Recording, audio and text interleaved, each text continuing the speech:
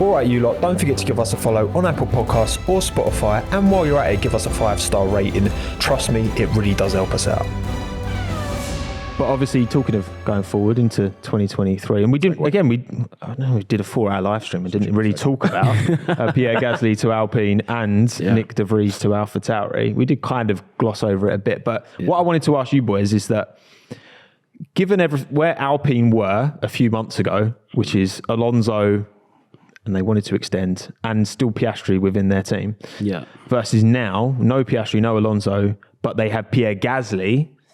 Do we think Alpine are do you think they can actually look at this situation and be quite happy with how they've ended up with Pierre in their team compared to what it was looking like a few months ago? I think with Pierre, it's a good move for him. For Alpine, they were like juggling balls and they dropped all the balls. So basically, they had Alonso behind the sofa, and they had Oscar. They were like, you know, when they had so much choices on the menu, they were like, we could put Oscar in, maybe Alonso. Whatever. 9 development drivers ended up with nothing. And then for them to recover to get somebody like Pierre Gasly, obviously you had to pay a bit of quid for him. 10 mil, I think. Yeah, and then you have to pay for all the lawyer fees for Oscar and going that route as well. So they're a bit out of pocket.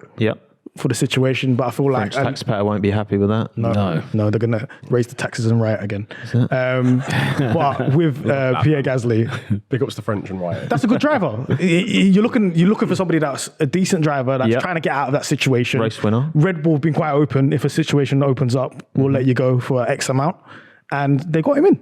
And I think Alpine can say we've got 2 competent drivers. We've got people that have driven in Formula 1 for a long time, and can be able to get us some race results. At least if we could get them the car. So I feel like out of a dire situation they were in the summer, compared to now, they've landed on their feet a little bit. Yeah, I think they've, would you say, Pete? Do you think they've turned it around given how embarrassing it was? Gasly's you can't snigger at Gasly. He's a race winner and he is a very good driver. I think, obviously Gasly's not had a great year this year. And I don't know, man. I just look at the elephant in the room for me is Danny Ricciardo, and I just don't get how they haven't managed to, try and lure him back in. I know that he was there before, didn't quite work out. So you would have gone Ricciardo over Gasly? I'd go Ricciardo over Gasly just because I just think he's the better driver and he's available. Now, maybe the money is too much and so they can't necessarily afford to have him in. I don't know, especially as Maha's just saying about the amount of money that's just going out of Alpine at the moment. They have landed on their feet somewhat because they haven't got a bum. So at least they've got a good driver. It could have been worse. It could have been much worse. But, as you said, a month ago they looked like this and now they're looking like this. It's still a bit of it's an L. Just a bit. Yeah, the way it played out, it's definitely in it. Yeah, it's a massive L because of how it looks for them, I think, a lot of it. Obviously, in terms of from a driver perspective, Pierre Gasly is a solid driver. He's a great midfield driver and he'll extract the best out of the car. From a branding perspective, bare Frenchness going on. It's great. They're loving the life. It's great. But for me, I genuinely wholeheartedly think Oscar Piastri is like a generational, that word's used far too often. But you know what I mean? He actually has potential to be a really, really top quality based off his junior career. If Oscar starts to perform when he's performed better than Gasly, then there might be a lot of regret there. Yeah. It's serious. He's so young and he's a rookie going in. Dropping the ball on him, for me, is a massive L, regardless of getting Pierre Gasly in to replace him. You had a serious talent on your hands there. You've guided him through all of the junior categories and then not actually... And you think maybe Webber's got in his ear and just said, look, I know Fernando well. If he's got up sticks and left, something's going on in Alpine. It almost feels like an unsafe move for Piastri.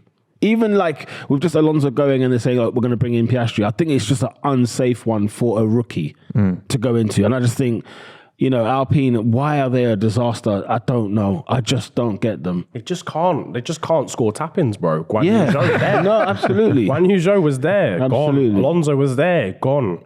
Yeah, I feel like he was there. It's a good analogy, man. Is it Rossi? Is it Otmar? Otmar's a bit salty in the media. Well, so Otmar has only been at that team since March, but he has. Laurent Rossi, since he kind of took over from Cyril, basically, Cyril left and Laurent Rossi came in. Yeah. That he's the man. I understand he kind of handles the contracts, and I don't know. I mean, I don't know if you saw the pictures of him and Otmar with Pierre and doing the proper power pose. Yeah. It's honestly. It's very Google like. Oh, dear. Google management. The thing is, image. and like Alpine don't have that kind of. Is Gasly a marquee driver in your opinion? I don't know. Is he marquee? But I He's think like a step below. I think Gasly did. If you take away his first half at Red Bull, that's where it was his second year, right, in F1, and he's gone into, and we've seen what happened to Alex, we've seen what has been happening to Sergio in terms of that delta to Max. So I think that, Gasly, and I think, Gasly kind of threw his toys out the pram a bit at the time and didn't really handle it in the best way, but he's a young driver. You learn from these things, and I think that, he closed out the race winner at Monza. Like his qualifying last year was insane. The amount of top sixes he got in qualifying. He was brilliant. Top six all the time. In an AlphaTauri. Actually, I forgot about that. His qualifying was nuts last year. He was like top six, like more than half the time. Yeah. So I do think that Pierre's got a point to prove. I think, again, like I did a driver predictions video for like 2021, and I put Pierre in Alpine, and it's taken 2 years longer. Yeah. But we got there. In the end. He's got there because there was, getting that full like French lineup. French I think vibes. that it's. I know you talk about why is that significant, but I think why not? I think they've got two great drivers there. Their careers are weirdly similar as well. Like even you look at the points they've scored, Esteban and Pierre. Like I think I know there's. I guess we should briefly talk about the beef because my understanding, so Pierre and Esteban both grew up close by, like in Évreux, Rouen, that kind of Normandy region of France. Went through karts together, got along really well. Like they used to like eat at each other's houses. Like they were like really close growing up. And then as they went through the karting kind of career and into junior formulas, there was some incidents. And rumoured, some on track, some off track, who knows actually. But Pierre's Esteban's never really addressed it, but Pierre has talked about it quite openly. Saying like we're not friends. Oh wow. But like as more recently, that relationship does seem to have improved. But certainly when they both first were in F1, there was a lot of frostiness there, and we've not seen it on track too often. I think they tangled in Le Castellet like last year or the year before. But yeah, there's history there between the two of them, but it sounds like they're in a pretty good place now. And I think as a team, they're both really good drivers, both at a very similar level, working towards a common goal. Like I would be, if they can't make it work, then they both need to grow up, as far as I'm concerned. By a lap one bar and crashing into each other. Although So what's going on, guys? Part of the beef, just get on with it and like grow up and get on with it. That's the way I feel. Yeah, because they're grown men now. It's not like, absolutely. when the beef was there, probably they're When you're 14 and like your hormones are all over the place and like someone's like taking you out in karting, you feel like, of course you're going to be annoyed. Like whatever, that shit happens. But like, get on with it. Grown men, though. Gasly's top team. Yeah, Gasly's middle team. He's put out the feelers that this ain't gonna just get mended overnight. So I'm like, oh snap, here we go. Like he's already put that out there. Yeah, but and it's like, okay, do you expect? Obviously, they're competitors. It's an individual sport. Then they don't need to be best mates. They just need to have a kind of good work. Just need to have a good working relationship. That's not it. hate each other. Yeah, exactly. I think is what it comes down to. You don't have to be besties with everyone you work. But again, I think if this Alpine, again, we talked about it's like the dynamic of being at a team in the midfield where you want two drivers who work together. You don't want two drivers that keep like wanting to get one over on each other. Like we kind of had that with K-Mag and Grosjean, I feel like, at Haas, where they were both kind of they were racing each other too hard. That's why they collided so often. And they're in like a midfield team. It's like, what's the point? Because their pace was quite similar as well. I was like, you guys are racing a bit too hard right now. But what do we think? Quick one, actually. Gasly Ocon next year. Who's coming out on top? I'm going for Gasly. Yeah? Yeah, just because of what I've seen in better cars. Okay. I don't think Ocon's been in a great car. No. I think Gasly's been in good cars. And obviously the Red Bull, that was quite early. I think the AlphaTauri was a good car last year, and you could see the qualifying performances there. Yeah. I think he just might eke it out. Okay. Year one, I'm going to go Ocon. The experience is there with Alpine, and I think you can't underestimate that at all. I think, Ocon's got that car. He knows it well. It'll be interesting to see which way Alpine tailor it to, depending on, whether it's better for Ocon or Gasly. But I think Ocon will do better in points in the Drivers' Championship, better than Gasly. Niran? I'm going to say Pierre because I think because of this season and like Gasly's not been that great, but it's also just because AlphaTauri have been terrible. I think we kind of overlook just how good Gasly was in the midfield once he'd left Red Bull.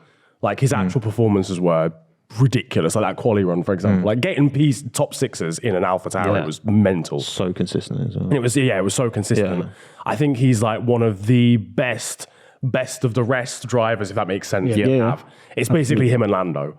For me, Alonso now, but like I think in the last 2 seasons before this one, it was Gasly and Lando in the league of their own. Gasly's stock was through the roof. Especially last year. It's through the roof. It's had a bit of a down year this year. Yeah, this year, it's not been as great, but again, it's kind of been partly down to AlphaTauri not being as competitive. Yeah, but for me, Gasly. What about you? I think Ocon would eke him out purely just because of the car knowledge, understanding. We know from a driver like what we've seen with Ricciardo, you can go from one team to another, and if you don't get along with the package and it doesn't fit your driving style, I'm not sure whether that. I'm sure that Alpine have data and a good understanding of how Pierre drives before they made that decision to bring him on. And I guess McLaren probably learned from that mistake with Ricciardo. You'd like to think so moving forward anyway, because clearly they have a car that kind of works in some circumstances but doesn't. I suppose one thing we can take from that is that they are very evenly matched duos. Exactly. Because none of us agree on anything. Yeah,